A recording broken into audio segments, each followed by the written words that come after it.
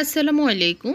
সবাইকে স্বাগতম জানাচ্ছি আমার চ্যানেল রুমিস ফ্যাশনেবল হাউসে। আমি আপনাদের রিকোয়েস্টেড চিকেন থাই ভেজিটেবল নিয়ে এসেছি। খুব সহজে কিভাবে বানাতে হয় সেটাই আজকে দেখাবো। আশা করি আপনাদের ভালো লাগবে। চিকেন ভেজিটেবল বানানোর জন্য আমি নিয়েছি 1 কাপ মুরগির বুকের মাংস, দিয়ে দিয়েছি থেতলো করা রসুন, আপনারা চাইলে পেস্ট রসুনটাও দিতে পারেন, দিয়ে দিয়েছি পেস্ট আদা, আর দিয়ে দিচ্ছি একটু মরিচ পাউডার এবং একটুখানি পরিমাণ মতো লবণ, আর আদা চামচ করে দিয়েছি। দিয়ে আমি ভালো করে মেখে নিচ্ছি, আর দিয়ে দিচ্ছি একটুখানি সয়া সসের পরিবর্তে লেবুর রসও দিতে পারেন, তাতেও সমস্যা নেই। আর এই দুইটার একটাও না থাকলে কোনোটাই না দিলেও চলবে।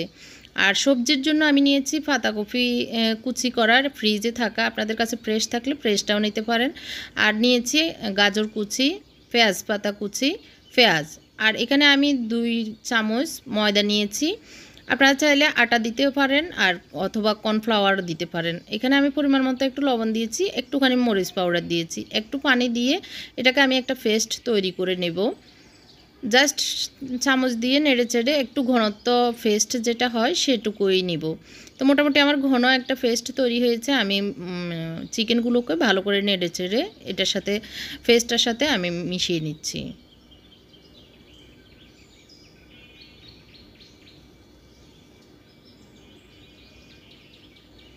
মেশানো শেষ, আমি একটুখানি অলিভ অয়েল দিচ্ছি, আপনারা চাইলে নর্মাল তেলও দিতে পারেন, তবে সরিষার তেল দিলে একটু গন্ধ লাগবে। সেটা ভালো করে ফুটিয়ে নিয়ে তারপর করতে পারেন। তারপর দিয়ে দিয়েছি আমি যে পেস্টটা এবং চিকেন সেটার মিশ্রণটা দিয়ে ভালো করে ভেজে নিতে হবে। আর নন স্টিকের পাতিল দিলে নিচে এরকম লাগবে না, আমার পাতিলটা একটু নন স্টিক ছাড়া, সেই কারণে। তো ভাজা শেষ, আমি তেলগুলোকে এক সাইডে নিয়ে আসতেছি, আর আরেকটু তেল দিব, দিয়ে আমি যে সবজিগুলো সেগুলো দিব পরে। আগে রসুন ভেজে নিব, যে কোনো থাই ভেজিটেবল করার আগে, থাই রান্নার আগে রসুনটা ভেজে নিতে হয়। রসুন ভাজা শেষে আমি পেঁয়াজ দিয়ে দিচ্ছি, একটুখানি নরম হয়ে আসলে আমি সবজিগুলো দিব। পেঁয়াজটা একটু নরম করে নিচ্ছি। এখন প্রথমেই দিয়ে দিচ্ছি গাজরটা একটুখানি মানে 2 মিনিটের মতো এটাকে ভেজে নেব। গাজর এবং পেঁয়াজটা একটু ভাজা হচ্ছে, এদিক দিয়ে আমি আসলে ভুলে গেছি একটা ক্যাপসিকাম দেওয়ার কথা। ক্যাপসিকামটা দিলে যে কোনো কালারের, সবুজ, হলুদ, লাল যেটাই থাকুক না কেন, এই সবজিটা বেশি মজা হয়, মানে থাইয়ের যে একটা ফ্লেভার সেটা আসে। আর না দিলেও চলবে, তবে ক্যাপসিকামটা দেওয়ার চেষ্টা করবেন, তাতে বেশি মজা হয় আর কি, টেস্টটা বাড়ে। তো আমার একটা লাল ক্যাপসিকাম ছিল, আমি সেটা কুটে দিয়েছি। এখন আমি একে একে সব সবজিগুলো দিয়ে দিচ্ছি।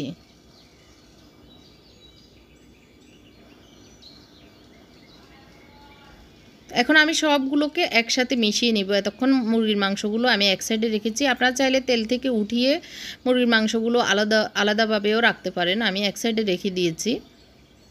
এখন আমি সসগুলো অ্যাড করব। এখানে আমার 2 টেবিল চামচের মতো সয়া সস ছিল, লাইট সয়া সস দিয়ে দিচ্ছি। ওয়েস্টার সস 1 চামচের মতো।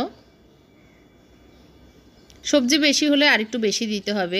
এবিসি ওয়েস্টার সসটা আমি ইউজ করেছি। দিয়ে দিচ্ছি আমার হাতে বানানো চিলি সস, একটুখানি দিয়েছি 1 চামচের মতো আর কি, 1 চা চামচের মতো। বেশি দিলে বেশি মিষ্টি হয়ে যাবে, এই কারণে।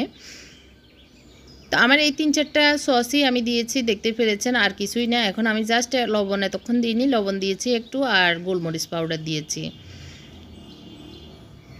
তো এই তো, আর কোনো কিছুই নেই। খুব সহজে ঘরে থাকা জিনিসপত্র দিয়ে আসলে রান্না খুব সহজে এই থাই ভেজিটেবলটা করা যায় সকালের নাস্তায়, বিকেলের নাস্তায়। আর এই ভাজাটা দিয়ে আপনি সমোসা, রোল, তারপরে স্যান্ডউইচ যে কোনো কিছুই বানাতে পারেন, অনেক টেস্ট হয়। আর রুটি পরোটার সাথে তো কোনো কথাই নাই।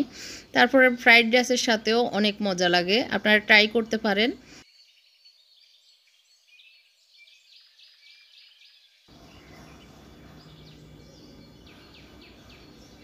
আর দেখতে পাচ্ছেন অনেক ইয়াম্মি একটা কালার এসেছে, দেখতে যেরকম খেতে তার চেয়েও বেশি মজার। অবশ্যই আপনারা ট্রাই করবেন আর কমেন্ট করে জানাবেন আমাকে। তো আজকের এই রেসিপিটি কেমন লেগেছে কমেন্ট করে জানাবেন। যারা আমার চ্যানেলে নতুন এসেছেন আমার চ্যানেলটি সাবস্ক্রাইব করবেন এবং পাশে থাকা ছোট্ট বেল বাটনটিও চাপ দিবেন, যাতে করে আমি যে নিয়মিত ব্লগ দিই সেগুলির নোটিফিকেশন আপনাদের কাছে চলে যায়। আমি আজকে পরোটা দিয়ে খাবো, আপনারা চাইলে নান রুটি দিয়েও খেতে পারেন, তন্দুর রুটি দিয়েও খেতে পারেন। আল্লাহ হাফেজ, আসসালামু আলাইকুম।